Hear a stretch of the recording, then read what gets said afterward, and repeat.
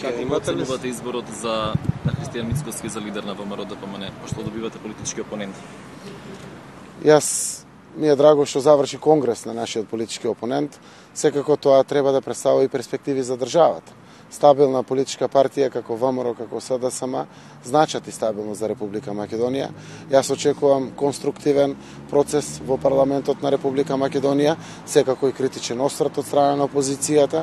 Можем само да му посакам среќа на новиот председател на ВМРО-ДПМН и заедно сите да му мислиме за Република Македонија. Ќе се сретнете ли во собранието и да поддржат за реформите од планот 369, бидејќи за некои закони е битна поддршка?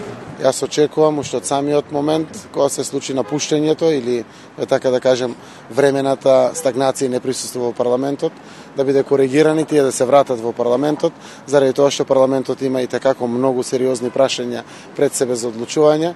Еден значаен дел се реформските процеси во Македонија од денеска и натаму треба се бира јавен обвинител, следуваат сериозни законски решенија, некаде јануари, февруари ќе дојдат двотретинските закони поврзани со правосудството, но ќе дојде моделот во Министерството за внатрешни работи, законот за медиумите, односно за аудиовизуелни медиумски услуги, ќе доаѓаат сериозни закони од реформите на јавната администрација.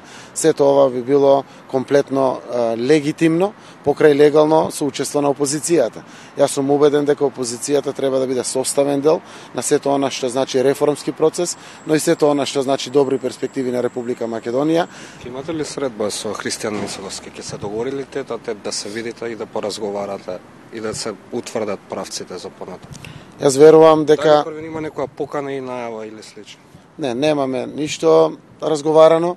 Јас се надевам дека првата прилика штом ќе има потреба за таа работа, од моја страна сигурно нема предрасуди, верувам и од негова страна како нов председател на ВМРО-ДПМН нема да има, заради тоа што долго време бев шеф на опозицијата, знам дека и тука е голема одговорност, не е само да се биде председател на владеачка партија, но знам дека првата прилика штом се создаде потреба од наша средба, јас би прифатил и би поканил, ако е секако до мене.